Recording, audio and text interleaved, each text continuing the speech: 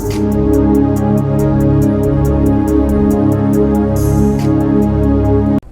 ప్రభువును మన రక్షకుడు అయిన యేసుక్రీస్తు నామమున అందరికీ వందనాలు.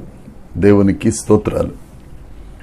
మన బ్రతుకులను కట్టే దేవుడు, ఆ కట్టిన బ్రతుకులను మహిమతో నింపే గొప్ప దేవుడు మనకు అనుగ్రహించిన ఈ నూతన దినమును బట్టి మనల్ని సజీవ లెక్కలో లెక్కించినందుకై సమస్త మహిమ ఘనత ప్రభావములు యేసయ్యకే చెందునుగాక. ఆ సర్వాధికారి ఈ నూతన దినములో మనకు అనుగ్రహించిన దేవుని యొక్క వాగ్దానము కృపావార్త. 102వ కీర్తన 16వ వచనం. ఏలయనగా యెహోవా సియోనును కట్టి ఉన్నాడు, ఆయన తన మహిమతో ప్రత్యక్షమాయను. దేవునికి స్తోత్రం కలుగునుగాక, దేవునికి మహిమ కలుగునుగాక. ప్రభునందు ప్రియమైన సహోదరి సహోదరులరా, మన దేవుడు కట్టే దేవుడు, మన దేవుడు కూల్చే దేవుడు కాదు. కూల్చేవాడు ఒక ఆయన ఉన్నాడు, అతని పేరు అపవాది. కూల్చేవారు కొంతమంది ఉన్నారు, వారు లోకులు. మనలను ఎన్నడూ పైకి రానివ్వకుండా కూలిపోయిన బ్రతుకుల్లానే చూచేవారు కాకుల్లాంటి వారు. కానీ మన దేవుడు కూలిపోయిన వాటిని కట్టే దేవుడు. చాలా మంది ఈ లోకంలో పాడైపోయిన వాటిని బాగు చేస్తామని, పాడైపోయిన వాహనాలను బాగు చేస్తామని, పాడైపోయిన వాటన్నిటిని, అది ఏదైనా కానీ బాగు చేసేవారు చాలా మంది ఉన్నారు. కానీ పాడైపోయిన బ్రతుకులను బాగు చేసేవారు ఎవరు లేరు. వారు నాయకులు కానీ, అధికారులు కానీ, చక్రవర్తులు కానీ, రాజులు కానీ, సైంటిస్టులు కానీ, ఎవరైనా కానీ పాడైపోయిన బ్రతుకుని బాగు చేసేవారు ఎవరు లేరు. పాడైపోయిన బ్రతుకుని బాగు చేసేది యేసుక్రీస్తు ప్రభువు ఒక్కరే. దేవునికి స్తోత్రం కలుగునుగాక. దేవుని సేవకునిగా నీతోనే దేవుని వాగ్దానాన్ని ఉచ్చరిస్తున్నాను. నీ పాడైపోయిన బ్రతుకును దేవుడు బాగు చేస్తాడు.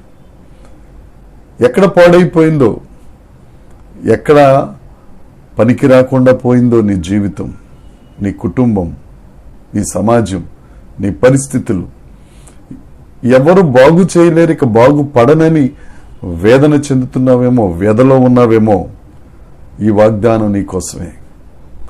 పాడైపోయిన దానిని సియోనును దేవుడు కట్టి ఉన్నాడు. ఆయన కట్టే దేవుడు, అంతేకాదు తన మహిమతో నింపే దేవుడు. ఆయన మహిమ మనకు, మన బ్రతుకులకు చాలా అవసరం.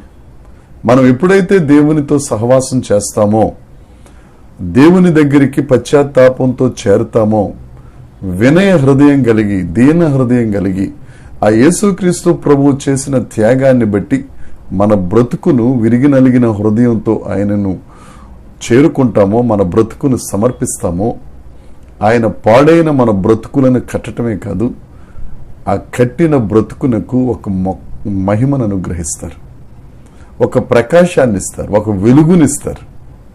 నా ప్రియ సహోదరి సహోదరుడా, నువ్వు ఎక్కడ పాడైపోయాను, నా బ్రతుకు అస్తవ్యస్తం అయిపోయింది అని ఆవేదన చెందుతున్నావేమో, ఈ నూతన దినములో, నూతన గడియలలో, ఈ ఉదయకాలమందు దేవుడు నీతోనే మాట్లాడుతున్నాడు.